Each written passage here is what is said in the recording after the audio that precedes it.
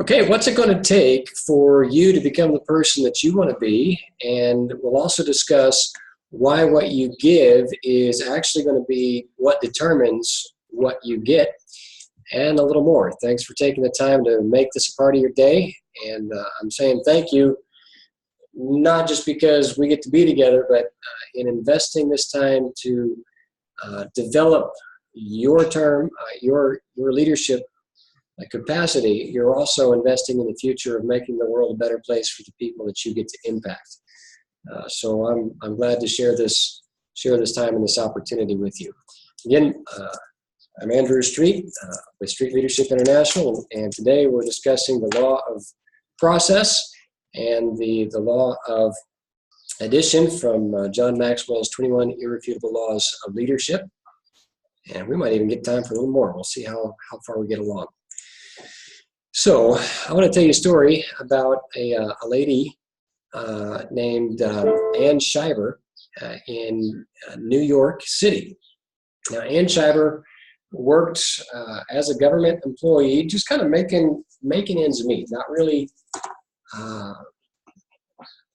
doing all that great financially. She had a steady job, but it wasn't paying a whole lot.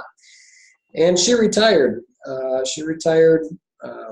After a good work period, but she died long after her retirement when she was 101 years old.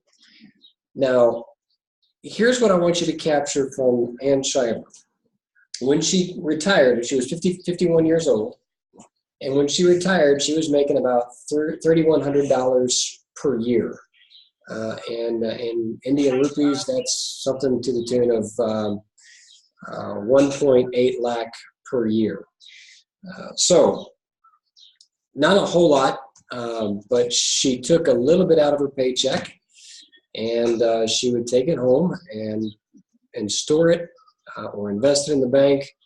But by the time she died in 1995 at the age of 101, she left an estate that she bequeathed to one of her favorite universities, Yeshiva University.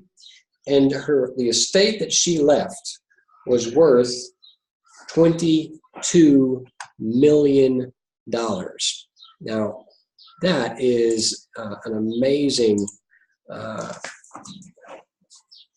feat. How in the world can you make $3,100 per year and then go from that to leaving an estate of $2,100? So we'll talk about that.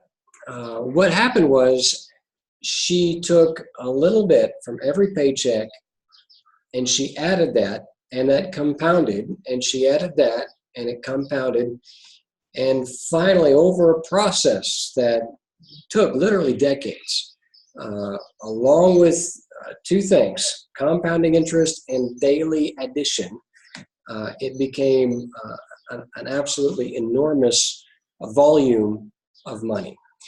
Now, that explains a good financial principle, but that also explains how valuable it is to make the daily investments day by day. So I'm going to share with you a little video that comes right out of Northeast India that I thought was also making the same point in a very powerful way. So let's take a minute to watch that now.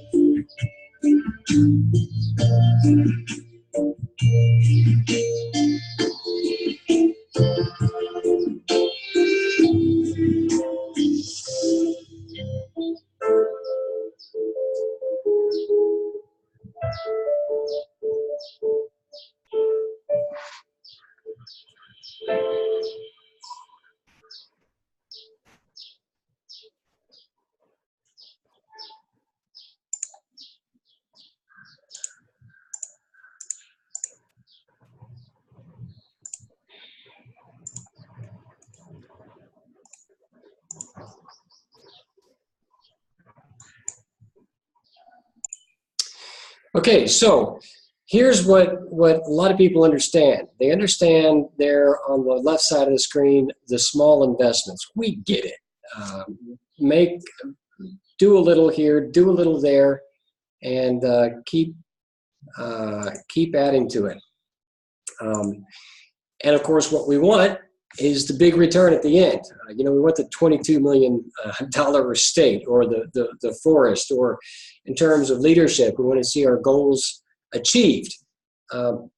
But here's the messy middle area that a lot of people have a difficulty getting to. And what that is the fact that you got to do this every single day for a very long time. So, this is very stereotypical of the New Year's resolutions that a lot of people make. It goes great till about mid-February, and then the gym starts emptying out again, and people get, all of a sudden all too busy to keep up their plans, or the diet falls apart, or, whatever the case is. That discipline rarely goes on beyond 30 or 45 days. So what you've got to get a hold of is this daily investment. And leaders that make it happen prioritize the daily investment in the things that need to happen. And so a little bit here, a little bit here, a little bit here, a little bit here. As you keep adding, it will not only add, but it will develop and compound with interest if you keep adding. So it's a both and if you don't do a both and deal, then you're going to get neither. So let's talk about this. So there in people's lives, they work through 5 areas, 5 phases of leadership. And that the first phase is, I don't know what I don't know. What does that mean? You ask people, do you know you're a leader? And they normally would say, what are you talking about? Who do I lead? I'm just an employee. I'm just a student. I'm just a guy in the neighborhood. Well, sure, but no matter how small your perceived area of influence may be, you are still exercising a sphere of influence. And so when you understand that, even if it's, with one child or one spouse or one sibling, there's an area of influence to start maturing and cultivating. And once you recognize that, then you can go on to stage 2. And stage 2 is, I know that I need to know. Okay, now that I've recognized I've got some influence, what do I need to do to help me grow in the areas that I need to grow in? What do leaders understand? What do they know? And then you go to number 3, I know what I don't know. So what's the plan to go from here? So, for example, I think Oren asked the question yesterday, leaders don't ask people to go where they're not willing to go, or leaders have to go there first.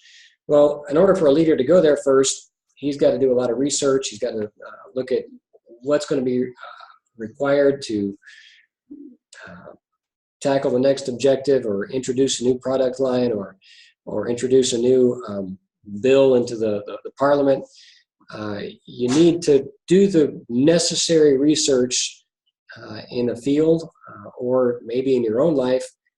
You know you've got a weakness in some potential area, so you're going to hone in on learning what's necessary so that that can be an area where you grow. Number 4, I know and I grow. And it starts to show. And all of a sudden you get people bumping into you asking for your opinion and your advice on some things. And then all of a sudden you start to wonder, why did they even ask me in the first place? And it gets to be an exciting stage of life. And then finally, I simply go because of what I know. And at that point, you've been investing in the law of process for a long enough time to where you've got respect with people and a competency in the field to match, and you can just speak to it humbly yet authoritatively. And when you speak, people stop up and they turn their head and they say, I like what he's saying. I know that person knows what they're talking about, and I want to hear him because they've treated me in a way that's worth hearing. So it takes a while. It takes a long time to get from phase 1 to phase 5, but the process of moving through the phases is the daily investment that you need to make to get to the next stage or phase. So, question that I want you to deal with is, what are you doing right now, to build yourself into a great leader? Well, I'll give you a hint. One thing you're doing is you're taking this course. So you're recognizing there's a need to become more aware of the aspects and elements and the facets of leadership. So you're building that into you. What other books are you reading? What other courses are you taking? What other conferences are you attending? If you want to grow, you got to be doing something not tomorrow, not next week, right now. And so keep thinking about that and develop your plan. What books are you reading? What seminars are you enrolling in? The secret of your success is discovered. Never mind, I'm not going to tell you it's a secret. Okay, I'm sorry, just kidding, corny joke. The secret of your success is discovered in your daily agenda. What are you doing today to help develop that law of process? What is the tree that you're going to be planting? What's that income that you're going to be reserving and investing for the future? The most important thing you can invest in isn't going to be the stock market. It's going to be in your own personal growth and development. So it's a great quote from one of America's favorite presidents, Teddy Roosevelt. And Teddy Roosevelt was a fascinating human being. When he was young, he was kind of a sick boy, a bit of a weakling, had asthma, and just physically had a rough start of it. So it was really fascinating that he became the cowboy president that sort of idealized the American man. Now, his dad got to him, and his dad said, son, you've got a great mind, but you don't have a body to match it. You're going to have to build the body to make it work. So TR decided, all right, small, scrawny, asthmatic, I'm going to make a man out of myself. And so he started doing whatever it took to build manliness into him, and learned how to swim well, learned how to run, took up boxing, went out to become a cowboy, enduring the elements and riding horses, and just did everything he could to beat and abuse his body until it bulked up. And finally, he became, America's cowboy president. Well, when later on he was writing, and he wrote this fascinating note that I'm going to share with you. He said, "It's not the critic who counts, and it's not the man who points out how the strong man stumbles or where the doer of deeds could have done them better. The credit belongs to the man who is actually in the arena, whose face is marred by dust and sweat and blood, who strives valiantly and errs, who comes short again and again, who knows the great enthusiasms, the great devotions, who spends himself in a worthy cause, who at best knows in the end the triumph of high achievements, and who at the worst, if he fails, at least he fails while daring greatly, so that his place will never be with the cold, timid souls who neither know victory nor defeat." You just got to do it. Well, that process of development went on all through Teddy Roosevelt's life. And when he died, they found out, they took his body and looked under his pillow, and there they found a book. He was committed to building into himself whatever it took to make himself a better man every single day as the days and the years and the decades rolled on. So how's that going to work in your life? Well, you need to establish a plan. You got to set out a map. Where are you going? Now, a lot of us think, yeah, I want to be a better person. Yeah, I want to read more books. Yeah, I want to know about whatever that is. You need to write it out. If you don't write it, it is not going to happen. There's a famous guy named Dave Ramsey who talks all the time about personal finances, and he says, if you want to get a budget out, you need to have it on paper on purpose. If you don't, it is just not going to happen. And that is not only true for finances, it's true for your plan for daily development. So while you think about it, we'll just give you a little bit of an idea. So once a year, minimally, you can attend a seminar or conference, and it could be generally related to leadership, or it could be field specific to the area that you're serving in, so that you can increase your competency and awareness of what's going on around you. But make it a plan, and then of course you'll have to make it part of your, not only your time budget, but your financial budget. Read a book a month. You know, if you read 10 pages a day, at the end of a month, that'll be a 300-page book.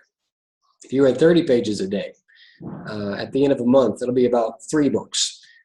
So make a plan and try to read 1 book per month.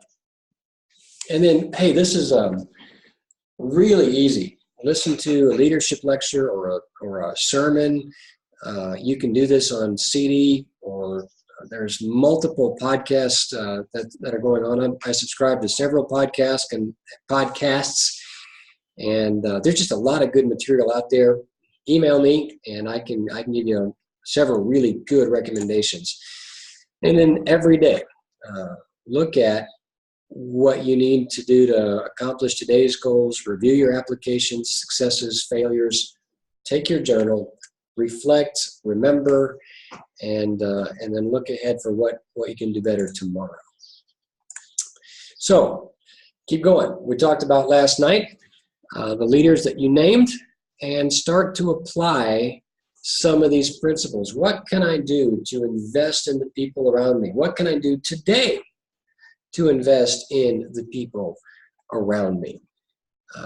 We can stuff ourselves really full with a lot of book knowledge, but one thing you want to do is take that theory and put it into practice by intentional, concerted effort. So you've named some people, and I'm going to give you opportunity here in the next law to start looking for ways that you can invest in them. And then whatever your organization is, reward and encourage the people that that take personal growth seriously. So, if you're in a meeting, you can ask somebody, what have you been reading? Where have you been going to better inform yourself? And you can say, wow, that is so inspirational. And I'm so glad you've got that kind of an example. Even if you're not the person in charge, you can create a climate that says, wow, I'm excited about making our team a better team and making our organization a better organization. And even if I'm not the supervisor, I want to vocalize my appreciation for those that want to go further with their own commitments. So, daily review, review, review, and work it out. Apply it, and apply it. Okay, next off, we're going to talk a little bit about the law of addition. And that says that leaders add value by serving others. Leaders add value by serving others. And this is where we're going to talk about why what you give is more important. Well, actually, it's not only more important, but it also determines what you get. So you've got to learn to keep adding into the people around you. So we have a family with 4 boys, and it's a lot of fun, and it's a lot of work. And to help give my wife some sanity, we've hired various ladies to come in and help take care of the domestic responsibilities, like cooking some food and washing some dishes and clothes. So that way Morgan can spend more time being a mother, and she also is the primary teacher for our boys because we homeschool. So we have these ladies coming into the house, different ladies at different times that have worked for us, and we've noticed that their families are in a really hard spot in life. Their husbands are often addicted to stuff they don't need to be addicted to, and so whenever money materializes, it's snatched up and spent on alcohol or tobacco or something worse. And so we've just started saying, we'll keep a record, and if you want, we'll, here's your salary. We'll keep off whatever part of that salary you want us to keep. We'll keep it in our home. We'll keep it on the record. And so that way, when you have an emergency, you won't have to go begging people, asking for more money. You're going to have it, and it's going to be yours, and it's going to be safe. So we've made that option for them. And every time we've offered that, people have eaten it up and said, oh, wow, thank you so much. Something else that we've done is we've just gone down to the drugstore, and we get them a bottle of vitamins. Their diets typically are rice and potatoes with a little bit of seasoning. Well, that'll fill your belly, but that won't make you a healthy person. You miss a lot of the minerals and the vitamins that come from fruits and vegetables and proteins, of course. So we'll do what we can. And in addition to their salary, we give them a stipend of vitamins so they can have a better health. With their health being better, of course, their attitude is better and their work is more consistent. And they realize they've got more energy at the end of the day. Something else that we've done is not just talk about in terms of finances, but we add value to them as people. So many times, if they've fixed us or if they've got time and it's time to eat, whether it's breakfast or lunch, we'll say, Miraji, why don't you come and join us at the table? Or Sarojji, why don't you come and have breakfast with us? And, normally the default is, take their food and cower away and sit on the floor somewhere. And we say, no. You come, sit in a chair with the family, be part of us, and we converse with them like we do our own family. What's going on there? We are communicating that we value them. Their value isn't based upon the paycheck. The value is based upon the fact that they are a human being that deserves dignity and respect.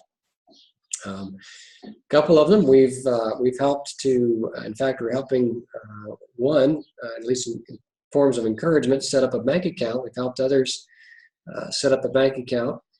And one lady came back and said, "Wow, I am the first woman in my whole neighborhood to actually have a bank account, and they really respect me now." So it's not just a financial thing, but they capture this vision of what can be done, and they get really excited about it. And then there's times when you have to give correction. If you're going to be a leader, you're going to deal with people, you're going to have to tell somebody you did a bad job. And there's different ways of doing it. You can just come out and you can yell at them and scream at them and tell them, you should have done this, which is pretty typical. But you can also come to them in a humble attitude and say, we noticed what you did. Now, when you did this, it actually creates a bad reputation for you. So for example, one lady, really sweet, but she was really bad at making sure the dishes were clean.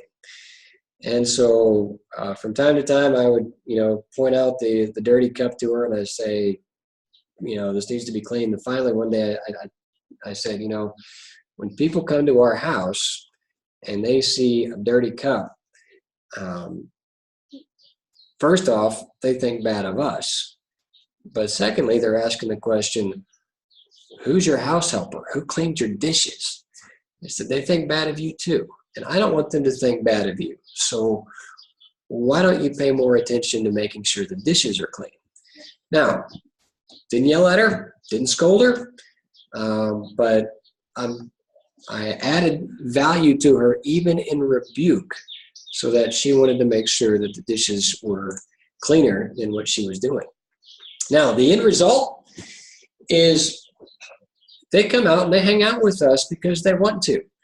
And sometimes they've even come to do work for us on their off days, not because we're paying them money, but because they want to be with us.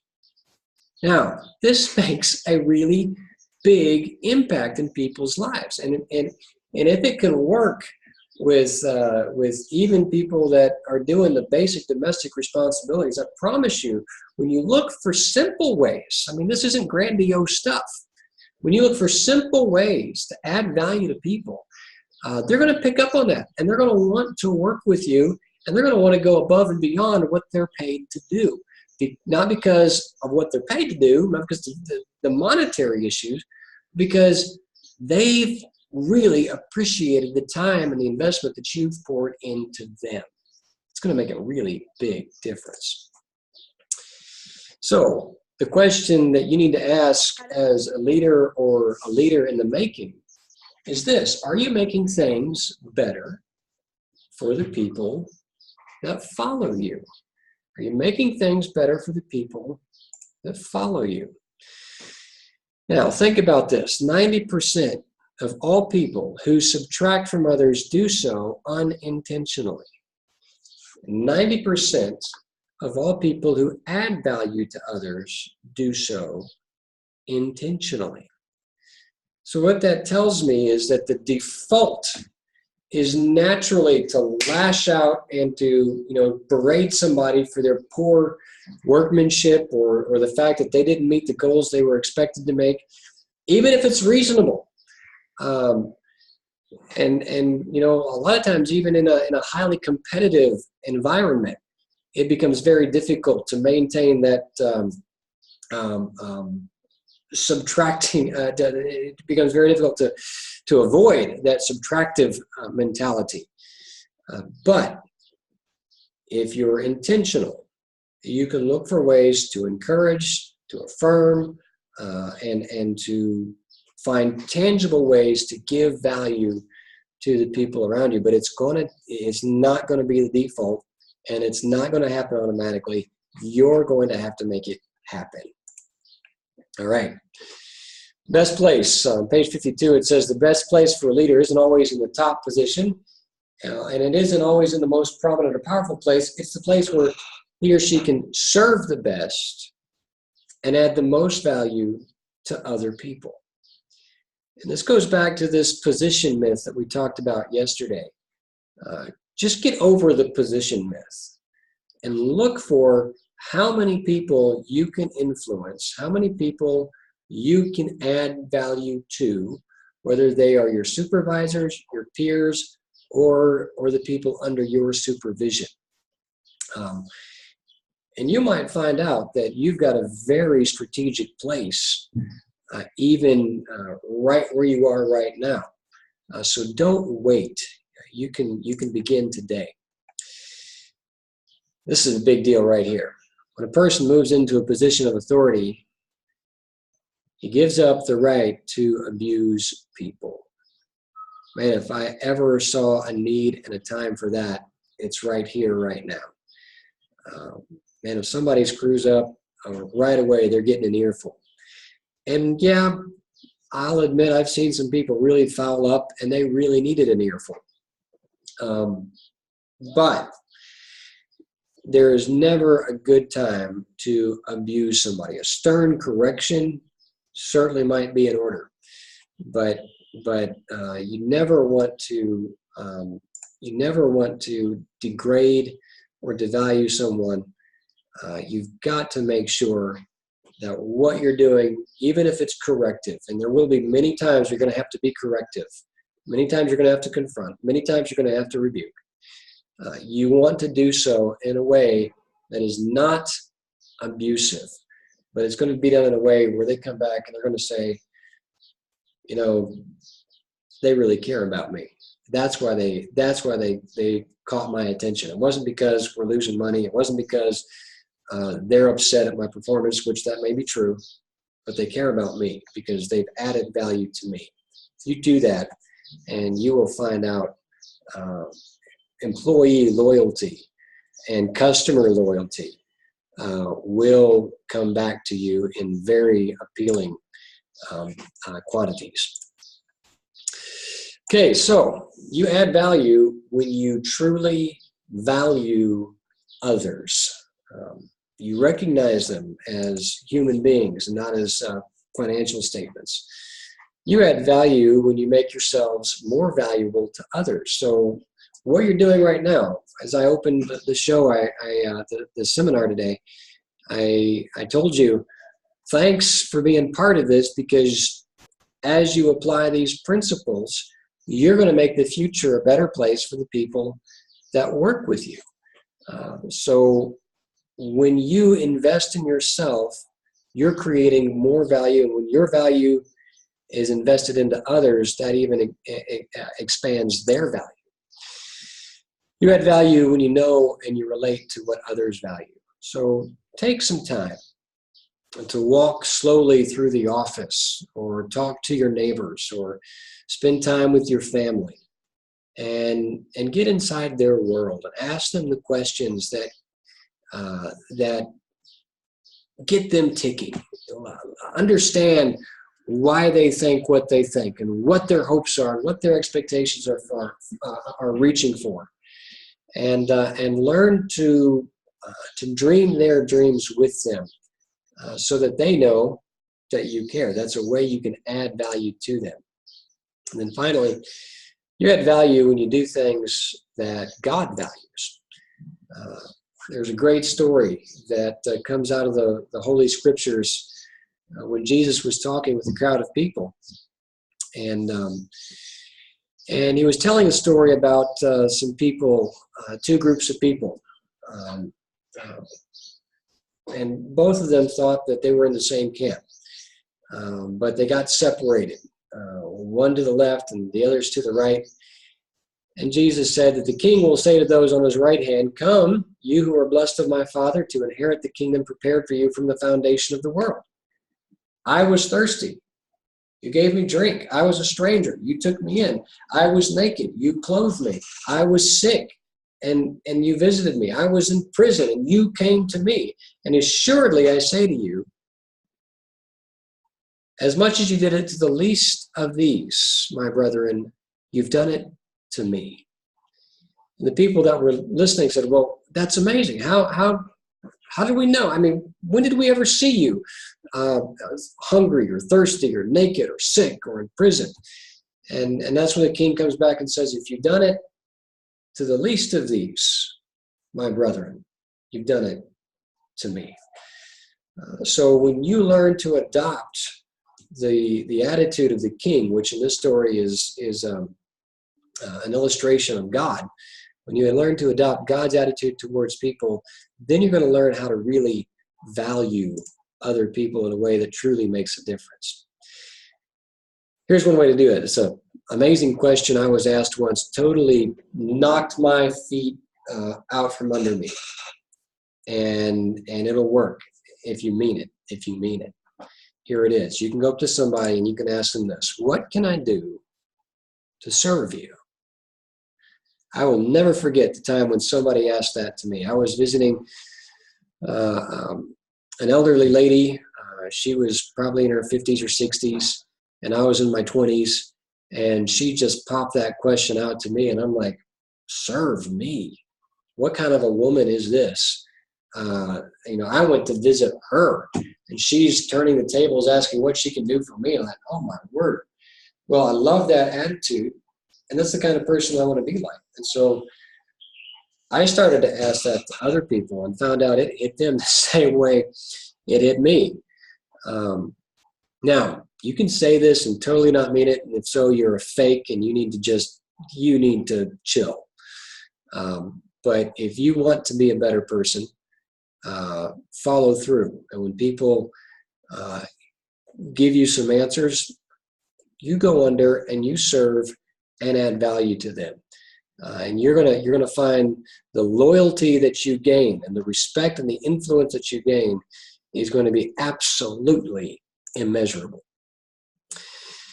So here's another Indian hero of mine, Sadhu Sundar Singh. He was a guy who renounced the world in search of truth, and he found it, and he went to share that with other people. And he was trekking through the mountains of Tibet, and boy, it was miserable. It was cold. They were at a 13,000-foot elevation. Of course, snow and ice was all over the place. And he had with them a mountain guide. And when it's that kind of danger, you've got to be really cautious of the weather and the time of day and the season. And they knew they had to make the next village by nightfall, and if they didn't, they were both going to freeze to death on the mountain. Well, Sadhu Sundar Singh at that point, I don't even think he was wearing shoes, so he was probably bleeding from his feet as he trekked through the icy path. Well, they came to a ridge, and they looked over and they saw a brown heap. And they didn't think much about it until they heard a groan from the brown heap. And they realized that was a human being that had fallen off the mountain. And Sadhu Sundar Singh said, we got to help this guy. And the mountain guide said, we can't. If we spend the time to help him, we'll lose our time. We're not going to get to the village by sundown, and we will all die on the mountains. Let's go. Well, Sadhu Sundar Singh said, I can't do that. He said, you go out ahead. I'm gonna help the dude. So he climbed down the mountain, picked this guy up, drug him on his back all the rest of the way back home. And on the way, or on to the next village, on the way to the next village, they looked and they saw another brown lump. And unfortunately, that person had expired. So they get to the village, and they're at the village, and they get warmed up, get fed, get the fire, and Sadhu Sundar Singh starts to look around for his traveling companion, the mountain pass guide, and says, where did he go? What happened? And the villager says, he never came. Then he realized that second lump that they had passed was his mountain guide. He learned a very important lesson that we can learn, that when you add value to others, then you have the opportunity to receive more than you invest. He learned that when you try to save your own life, you lose it. But when you give your life, that's the only way of saving it. So I want to challenge you to follow that kind of an example and to look for ways to impact the people around you and to add value to them. How do you respond when you're required to serve other people? Find out ways that you can serve them without getting credit or recognition. What do the people around you value? Listen to them and list what they say. There's a spot in your handout. Write the names down of those people and write out what they value, and then find ways to add value to others by showing them that what matters to them also matters to you. And man, if there was anything that'll make an impact in your life, I think this principle, especially in the context where you live, is absolutely essential. All right, well, we are left with less than a minute, so I'm going to have to close it off today, and I'll